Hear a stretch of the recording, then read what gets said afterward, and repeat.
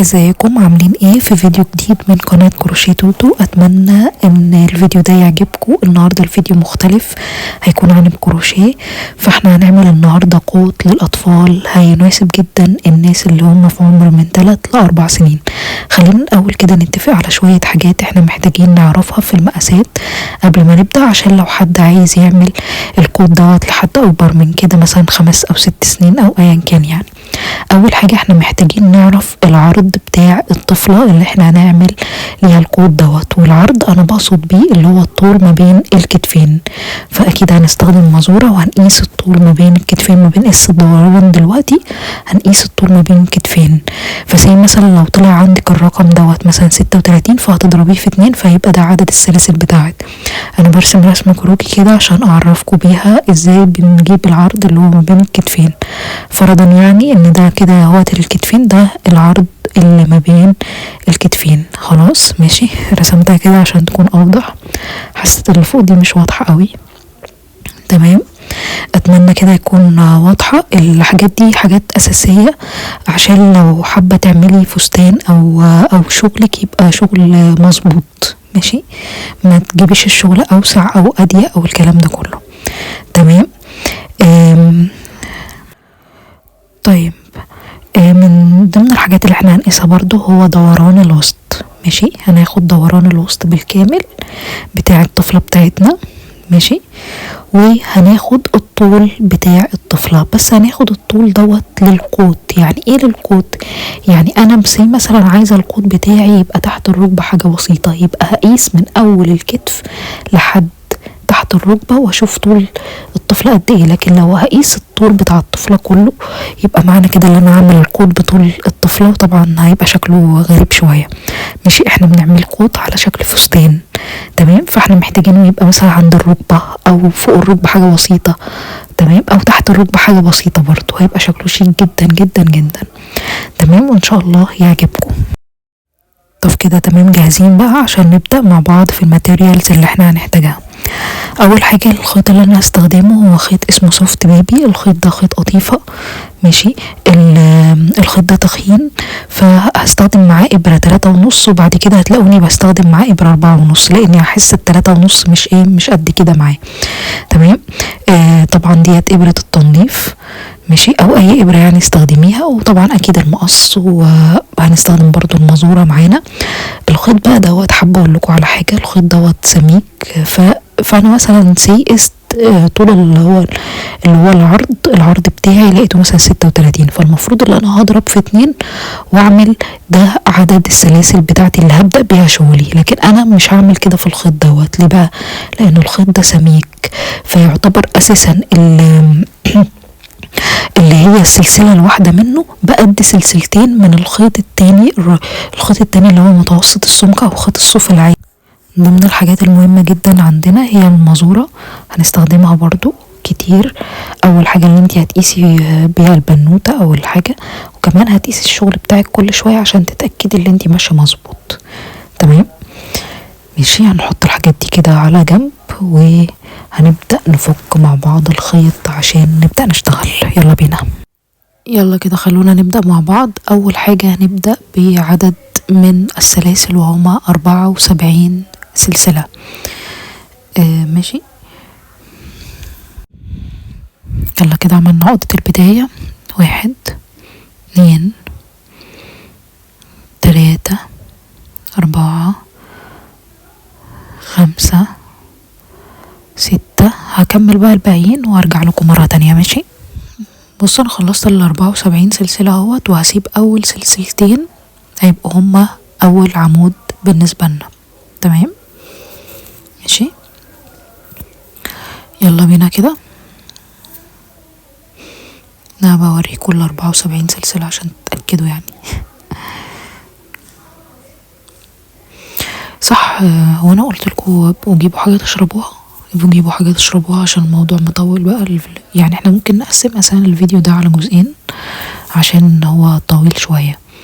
ماشي، هو انا هرتفع سلسلتين وبعد كده هفتكر اللي انا عملتهم. يعني انا عملت الارتفاع ده زي ما انتوا شايفين كده. انا هسيب اول سلسلتين وهدخل في السلسلة الثالثة واعمل فيها عمود بلفة. ماشي، تمام. وهحسب كده الاتنين سلسلة كأنهم عمود بلفة، فانا المفروض كده هعمل 12 عمود بلفة. خلاص انا كده عملت 2، فاضل لي 10. هخلص ال10 واجيلكم مرة تانية. تمام كده انا خلصت ال12 عمود بلفة اهمت زي ما انتوا شايفين. بعد كده هطلع بسلسلة، ماشي، وهدخل في نفس العمود الاخير بتاعي واعمل فيه عمود تاني. ادخل في نفس المكان بتاع العمود واعمل فيه عمود تاني، ماشي.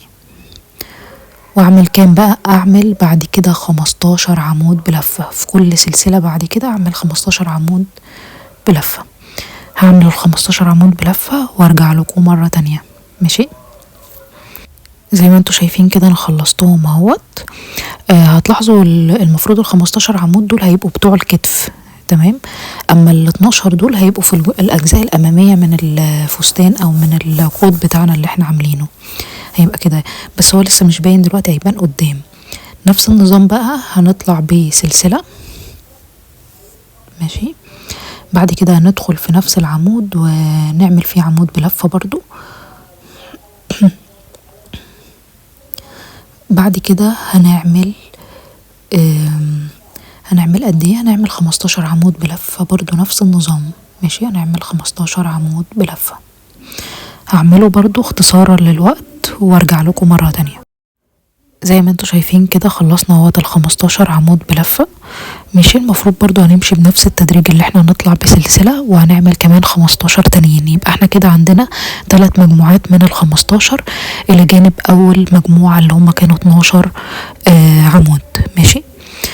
خلاص كده بعمل اخر عمود اهوت في ال15، تمام. المفروض بعد كده برضو هعمل سلسلة وهدخل في نفس العمود واعمل فيه عمود تاني. وبعد كده هنعمل 12 عمود بلفة. خلاص، اتمنى كده الشغل يكون واضح. تمام، خلاص كده خلصت اهوت بقية العواميد خلصتهم، ماشي. زي ما انتوا شايفين ده بيبقى شكله كده، وهيبقى الجزء دوت مقفول على بعضه كده بصف زراير. هنعمل 5 زراير كده في الفستان، ماشي. بعد كده هنقلب الشغل الناحية التانية ونبدأ نطلع بالسلاسل بتاعتنا. هنطلع بكام سلسلة؟ هنطلع ب3 سلاسل، 1 2 3، ماشي. يلا بينا هنبدأ بقى نعمل بعد كده عمود بلفة، ماشي. نعمل فوق العمود نعمل عمود بلفة فوق العمود اللي بعده يعني. خلاص، ماشي. بعد كده هنعمل في التاني برضو عمود بلفة. بعد كده هنطلع بسلسلة. هقول لكم ليه دلوقتي. هنطلع بسلسلة، ماشي. انا هعملها سلسله واحده. انا عملت الاول سلسلتين لقيتها هتبقى واسعه قوي، بعد كده هضيقها واعملها سلسله واحده عشان الخيط زي ما انتوا شايفينه سميك شويه. لو انت الخيط بتاعك ضيق اعمليها سلسلتين. ديت هتبقى المكان اللي احنا هنقفل فيه الزراير. فزي ما انت شايفه يعني حسب انت وعينيكي. انت شايفه مثلا الفتحه، بص انا شفت الفتحه بعد كده لقيتها كبيره، انا هبقى اصغرها مع نفسي، ماشي. اهو لقيت الفتحه كبيره قوي فقلت لا خلاص هصغرها فاعملها سلسله واحده زي ما انت شايفة. وقصاد السلسلة هتسيبي عمود مش هتشتغلي فيه. لو انت هتسيبي سلسلتين فهتسيبي عمودين مش هتشتغلي فيهم. بصوا انا قلت ايه، لا انا يعني ايه لقيت الموضوع كده واسع فقلت لا هفكها واعملها ايه، واعملها سلسلة واحدة، ماشي. تمام، على حسب الخيط اللي انت بتستخدميه. انا عايزاكوا يعني ايه الموضوع يبقى فيه مرونة، كل واحد وفكره وذوقه وشايف المناسب معاه ايه. بصوا الفتحة كده ضيقت بالنسبة لي اكتر فكده احسن بالنسبة لي، وانا كده هستخدم زراير تخينة. هكمل في الباقي عواميد بلفة عادي لحد ما اوصل للكورنر او الزاوية بتاعتي. اهم حاجة ما ننساش مكان العروة بتاعت الزرار ديت. احنا بعد 4 صفوف هنعمل برضو عروة تانية. بعد ما نعمل 4 صفوف ونشتغلهم هنعمل عروة تانية، فما ننساهاش، تمام. عشان لما هتنسيها هتضطري تفك الخيط كله عشان ترجعي وتعملي العروة، ماشي. تمام، هنوصل لأول كورنر وهنشوف هنشتغل ازاي الكورنر ده. هنعمل فوق كل عمود عادي لحد ما نوصل للكورنر، تمام. ماشي، وصلنا كده لاول كورنر زي ما انتوا شايفين. شو بقى ندخل نعمل فيه عمود. ماشي، بعد كده هنعمل فيه سلسلة، بعد كده نعمل عمود في نفس الفتحة هي. تمام. انا عايزه اقول لكم ان احنا هنكمل الباقي كله بنفس الطريقه، يعني هنعمل عمود في كل واحد لحد ما نوصل للكورنر، ونعمل بنفس الطريقه عمود سلسله عمود. ماشي، اتمنى الموضوع يبقى واضح، ولو مش واضح يا ريت تكتبوا لي تحت في الكومنتس. ماشي. اللي في حته مثلا انتوا مش فاهمينها او الكلام ده كله، اعملها في فيديو منفصل خالص ونشرحها براحتنا. تمام. غير كده كمان كل الغرز ديت موجودة عندي في فيديوهات منفصلة، هحطها لكم في الديسكريبشن بوكس. ماشي. اوكي. بصوا انا غيرت الخلفية خالص لان حسيت التانية مش مناسبة. تمام، ما علينا يعني. فاحنا وصلنا اهو للكورنر اللي بعد كده هنعمل فيه نفس الطريقة بالظبط اللي احنا عملناه في الكورنر الاولاني. ماشي. تمام.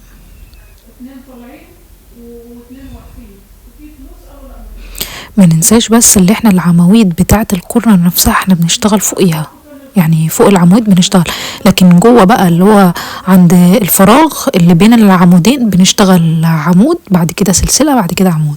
خلاص، يعني ما نسيبش ولا عمود ما نشتغلش فوقيه عمود بلفة. ماشي.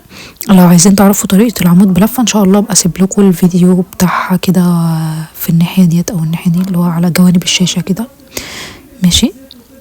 هنكمل الباقي كله وارجع لكم مرة تانية. يبقى انا اخلص الصف الاولاني كله بنفس الطريقة، بنفس التسلسل وبنفس الطريقة. ماشي.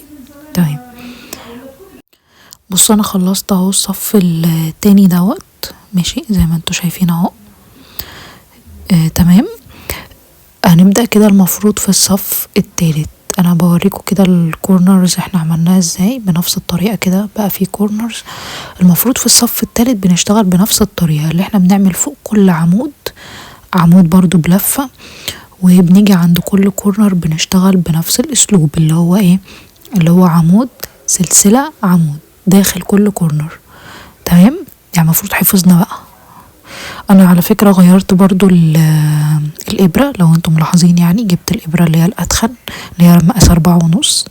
فاحسن حاجة لما تلاقي الخيط بتاعك تخين تستخدمي له ابرة مناسبة، لكن هتستخدمي ابرة مش مناسبة هتوجعلك ايديكي. تمام. لكن لو انت عايزة الخيط يبقى مشدود معاكي شوية او الخيط يبقى ناشف معاكي شوية استخدمي ابرة اصغر من مقاس الخيط بتاعك. ماشي. تمام. اهو احنا وصلنا كده للاخر، ووصلنا للجزء اللي احنا كنا عاملين فيه الغرزة، اللي احنا سايبين المكان بتاع غرزة ايه، العروة اللي هي هنقفل بيها. ماشي. تمام.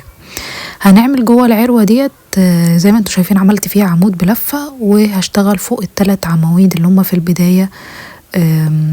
كل واحد هشتغل فوقيه عمود بلفة عادي خالص. ماشي. طب احنا هنعمل عروة تاني بعد قد ايه؟ بصوا هتعدوا بعد ادي دوت اول صف، هنعد كمان 3 صفوف وهنعمل عروة تانية زي ديت.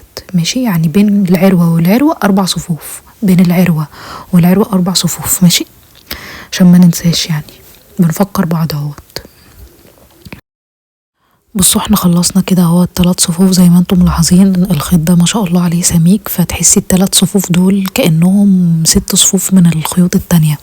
تمام. فلاحظي الفرق عشان بس ايه ما تحسيش ان انتي شغلك اصغر من شغلي او يعني يعني اقل. يعني بصي 3 صفوف في الخيط دوت عاملين قد ايه. تمام. انا حابه بقى اقول لك حاجه، اللي احنا ايه هنكمل لحد ما نوصل لطول الصدر المناسب للطفله. ماشي. على حسب برضو الخيط اللي معاكي، فلو الخيط اللي معاكي ارفع فانت هتحتاجي تشتغلي عدد سطور اكتر من العدد بتاعي، ممكن تشتغلي الدبل العدد بتاعي. انا هكمل المفروض الباقي دوت وهرجع لكم مره تانية، بس برضو ما ننساش مكان الايه الزراير. تمام. ما ننساش خالص مكان الزراير، احنا هنرتفع بنفس الطريقه بالظبط ما فيهاش اي جديد. تمام. ما ننساش اللي احنا بنعمل الزراير كل 4 سطور بنعمل المكان بتاع الزراير. ماشي. هرجع لكم مره تانية بالارتفاع المناسب ان شاء الله. بصوا كده انا اشتغلت 8 صفوف، عايزه برضو اسلكوا ال8 صفوف دول مقاسهم قد ايه. زي ما انتوا شايفين كده. بصوا مقاسهم 14 او يعني داخلين على 15، قول 14 ونص 15 كده يعني. تمام. فانا بالنسبه لي الطول دوت مناسب. زي ما انتوا شايفين الخيط ده سميك، فانت ممكن عشان توصلي ل 14 سنتي اساسا باي خيط تاني هتلاقيه مثلا واصل معاكي 20 صف او 30 صف او اكتر، يعني من 20 صف كمان. ماشي. ف كل ما الخيط رفع اكتر كل ما اشتغلتي عدد صفوف اكتر.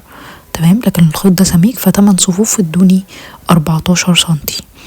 خلاص. هبدأ بقى اشتغل الجزء اللي هو اللي تحت بتاع الفستان. ماشي. هنبدأ بقى فيه. ماشي. هنبدأ كده نطلع ب 2 سلسلة. ماشي.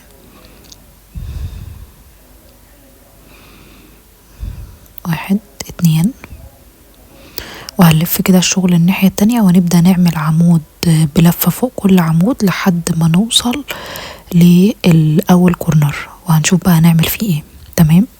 يلا بينا. مش انا هسرع الحتة ديت لحد ما نوصل كده للكورنر الأولاني ونشوف هنشتغل فيه ايه. وصلت اهو الأول كورنر، فهبدأ اعمل فيه عمود بلفة. ماشي.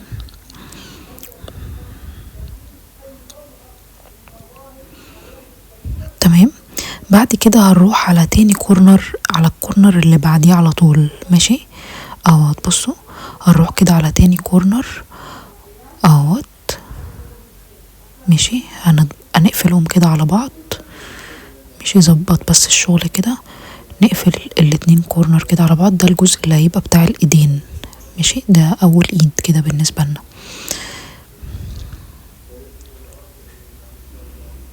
وهنعمل برضو فيه هو كمان عمود بلفة. ماشي. زي ما انتوا شايفين كده اهوت. اتمنى يكون واضح. وبعد كده هنكمل في الجزء اللي بعد كده. سيبنا بقى من جزئية الايد دي تبقى ايدي الاولانية. ماشي. هنعمل فيه اللي بعد كده اللي هو الجزء بتاع الظهر. فوق كل عمود هنعمل فيه عمود بلفة لحد ما نوصل للكورنر التاني، او يعني للكورنر التالت يعني. ماشي. تمام. برضو نفس النظام في الكورنر بعد كده هنقفله بنفس الطريقة، هنقفله مع الكورنر التاني. احنا عندنا 4 كورنر، فهو كل كورنر هنقفله مع الكورنر اللي بعده. ماشي. تمام. انا بوريكم كده الشكل العام هيبقى عامل ازاي يعني. هنبدأ نعمل ايه عمود بلفة لحد ما نوصل للكورنر اللي بعد كده. ماشي. احنا وصلنا اهو للكورنر التالت زي ما انتوا شايفين، وهبدأ اقفله برضو مع الكورنر اللي بعد كده اللي هو الكورنر الرابع. اعمل فيه عمود بلفة